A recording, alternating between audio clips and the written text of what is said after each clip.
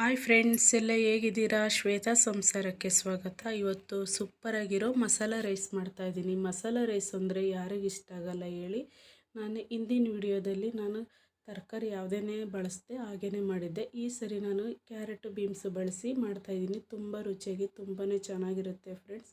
Lunch ಬಾಕ್ಸಿಗಾಗಿರ್ಬೋದು, ಬೆಳಗಿನ ತಿಂಡಿಗಾಗಿರ್ಬೋದು, ಒಂದೇ ಥರ ತಿಂಡಿ ತಿಂದು ಬೇಜಾರಾದಾಗ ಈ ಥರ ರೆಸಿಪಿನ ಟ್ರೈ ಮಾಡಿ ನೋಡಿ, ಚೆನ್ನಾಗಿರುತ್ತೆ. ನಾನು ಫಸ್ಟಿಗೆ ಒಂದು ಬಾಣಲಿ ಇಟ್ಕೊಂಡು 100 ಗ್ರಾಮ್ ಆಗೋಷ್ಟು ಎಣ್ಣೆ ಹಾಕ್ಕೊಂಡು 100 ಗ್ರಾಮ್ ಶೇಂಗಾನು ಸಹ ಹಾಕಿ ಸ್ವಲ್ಪ ಫ್ರೈ ಮಾಡ್ಕೊತಾ ಇದ್ದೀನಿ. ಫ್ರೈ ಮಾಡಿದ್ದಾದಮೇಲೆ ನಾನು ಎತ್ತಿಟ್ಕೋಬೇಕು.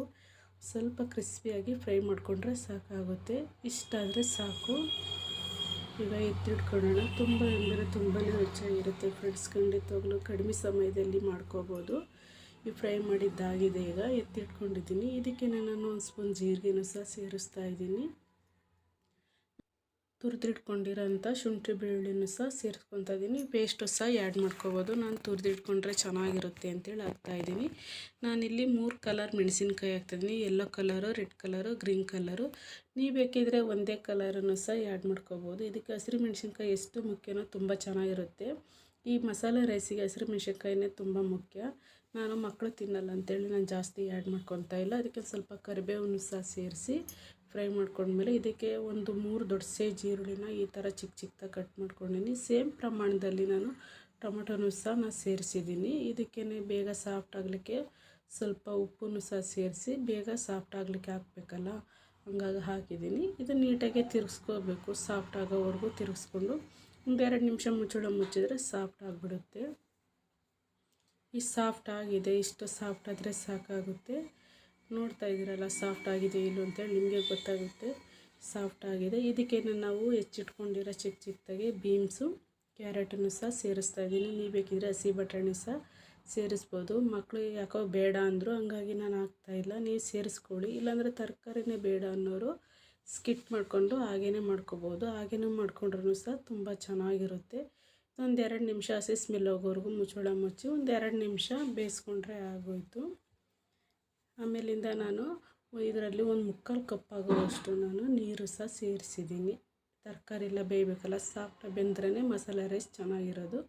ಸ್ವಲ್ಪ ಉಪ್ಪನ್ನು ಸಹ ಸೇರಿಸಿ ಹಾಕ್ತಾಯಿದ್ದೀನಿ. ಒಂದು ನೀರು ಬತ್ತೋವರೆಗೂ ಮುಚ್ಚಿ ಒಂದು ಸಿಮ್ಮಲ್ಲೇ ಇಟ್ಟು ಒಂದು 5ರಿಂದ 6 ನಿಮಿಷ ಬೇಯಿಸ್ಕೊಂಡ್ರೆ ಸಾಕಾಗುತ್ತೆ.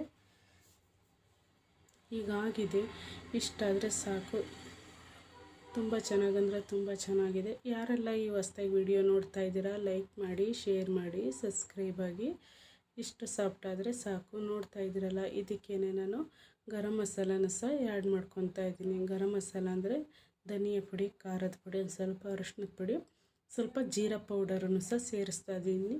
ನೀವು ಬೇಕಿದ್ರೆ ಚಿಕನ್ ಮಸಾಲ, ಗರಂ ಮಸಾಲನೂ ಸಹ ಆ್ಯಡ್ ಮಾಡ್ಕೋಬೋದು. ನಾನು ಯಾವುದೇ ರೀತಿ ಆ್ಯಡ್ ಮಾಡ್ಕೊತಾ ಇಲ್ಲ. ನಾನು ಜೀರಾ ಪೌಡ್ರೊಂದನ್ನು ಸಹ ಹಾಕಿದ್ದೀನಿ. ಇದಕ್ಕೆ ಸ್ವಲ್ಪ ಕರ್ಬೇವಿನ ಸೊಪ್ಪು, ಕೊತ್ತಂಬರಿ ಸೊಪ್ಪನ್ನು ಸಹ ಸೇರಿಸಿ ನೀಟಾಗಿ ಫ್ರೈ ಮಾಡ್ಕೋಬೇಕು. ಮಸಾಲೆ ಎಲ್ಲ ಹಿಡಿಬೇಕಲ್ಲ, ಟೊಮೊಟೊ ಈರುಳ್ಳಿಗೆಲ್ಲ ಹಿಡಿದ್ರೇ ಚೆಂದ. ಇಷ್ಟಾದಮೇಲೆ ನಾನು ಮೆಜರ್ಮೆಂಟಲ್ಲಿ ಮಾಡ್ತಾಯಿರೋದು ಮಿನಿಮಮ್ ಅಂದರೆ 4 ಜನದಿಂದ 5 ಜನ ನಾವು ಈ ಮಸಾಲೆ ರೈಸನ್ನ ತಿನ್ಬೋದು. ಅಷ್ಟನ್ನು ಸಹ ಮಾಡ್ತಾಯಿದ್ದೀನಿ. ಮೇಲೆ ಸ್ವಲ್ಪ ಕೊತ್ತಂಬರಿ ಸೊಪ್ಪನ್ನು ಸಹ ಸೇರಿಸಿ ರುಚಿ ತಕ್ಕಷ್ಟು ಉಪ್ಪನ್ನು ಸಹ ಸೇರಿಸಿರ್ತೀವಿ. ನೀವು ರೈಸಿಗೆ ಉಪ್ಪು ಹಾಕಿದರೆ ರೈಸಿಗೆ ಉಪ್ಪು ಅನ್ನಕ್ಕೆ ಹಾಕೋದು ಬೇಡ.